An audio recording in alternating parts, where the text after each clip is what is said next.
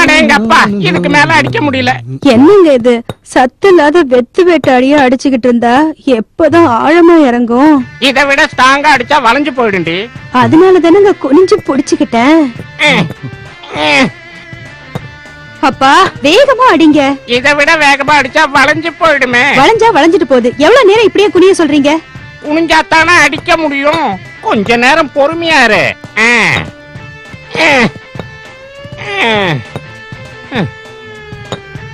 உங்களால ஆகாதுன்னு தான் அன்னைக்கே புரிஞ்சிருச்சு. எதுக்கு வீண் சிரமம்? அந்த பப்புல அடிச்சா சூப்பரா இறங்கும். அடி பாவி, என்னடி சொல்ற?